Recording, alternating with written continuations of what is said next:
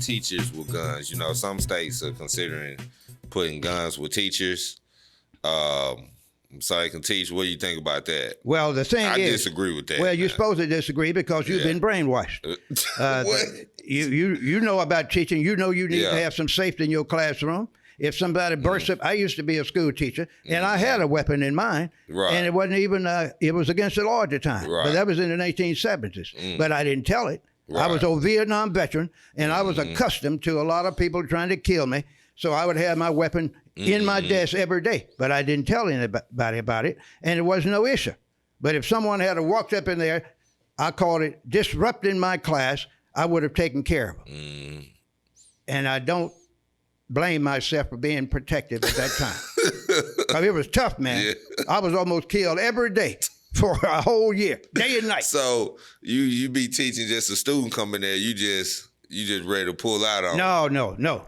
I would always, I taught 11th and 12th grades. Okay. I would always talk to them first. For instance, they had 2 rules that the principal didn't allow.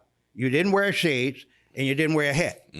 So I would walk up to the student quietly and say, John, pull your shades off and put that hat on. I'd be so scared. You know, now, man, teaching how bad these kids is, man, you might teacher might just, you know, anger just lose his temper and just might want to shoot the kid or something, you know? Well, it happened both ways. Now, that's why I quit, because I started teaching for 2 years, and when I looked around, I had been teaching 8 years, and I noticed a change in those students. When I first got out the military and started teaching, everything I say, they would do it real fast. Yep. As the years passed, they were getting slower and slower, pulling the shades off and the hat. And I would talk to them in the ear, whisper in his or her ear, and move back to the front and look back, and that hat wasn't gone. I said, I got to go back. And then I would say, now this is unofficial, don't quote me on this. I would say, now if you don't pull this hat off of these shades, I'm going to do something to you, boy. I taught on the 3rd floor.